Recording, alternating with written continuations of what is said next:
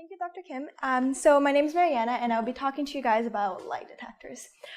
So we've all heard of lie detectors. We've all watched crime TV shows or spy movies, or even reality TV shows where they show lie detectors. So if anyone watches Dr. Phil, sometimes if there's like a dispute between two sides, they'll like bring out the lie detector to decide who's lying and who's telling the truth.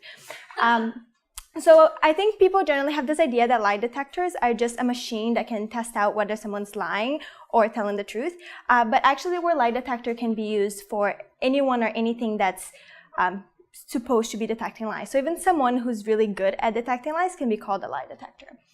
So generally, when we refer to the lie detector, we're talking about the polygraph. So the polygraph is this machine that measures different physiological responses. So it measures your heart rate or your breathing or at your skin temperature. Those physiological responses that the polygraph measures are related to deceit. So they're related to lying. So think back to the last time that you told a lie. How did that feel? So most people, when they tell a lie, they feel very anxious. They feel nervous because they don't want to get caught in their lie. So when you feel that anxiety, there's a few different physiological responses that happen to your body. So your body temperature, your heart rate, your respiration, all increase. So the closer that you get to getting caught in that lie, the more anxious that you feel. But I want you guys to keep in mind that lying isn't the only thing that increases your anxiety. For example, giving a presentation is something that makes most of us really anxious. So the idea behind a polygraph is that people will have different physiological responses when they're being honest and when they're lying. So when you're telling the truth, you should be calmer, so your heart rate, your respiration will all be down. But when you're lying, those responses will all go up. So in a basic polygraph test, they'll give you a couple types of questions. So some of these questions would be questions relevant to the interview. So let's say if this is related to a murder, did you kill that person, would be a question that's relevant. And it's a question that would cause most people a lot of anxiety, especially if you're lying. And then there would be irrelevant questions, so like, is this a TV? And people are very likely to tell the truth because there's no reason for them to lie, and they're more likely to feel calm and not have that anxiety. So the problem with this is that, again, it's not just lying that causes anxiety. There's other things that can cause anxiety. So someone who's just naturally anxious might actually be more anxious doing a relevant question because they know it's related to the crime, and they might be scared of being found guilty. So they feel more anxious, and the polygraph would say that they're lying when they're actually telling the truth. Also, the person administering the polygraph test might act different in different types of questions. So during a relevant question, they might act more angry or more judgmental. And so the person taking the polygraph might feel more nervous because they're reacting to how they're acting.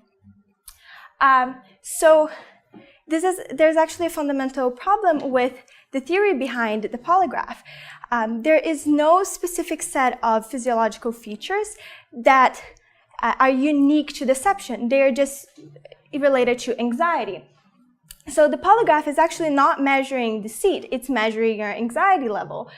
So something that's valid is something that's measuring where you're intending it to measure. And while the polygraph, it's not valid because it's not measuring deceit. Again, it's measuring anxiety. So actually, since about 2000, both Canadian court and American court have decided that the polygraph is not admissible in court because various research have given very different results in the validity of the polygraph.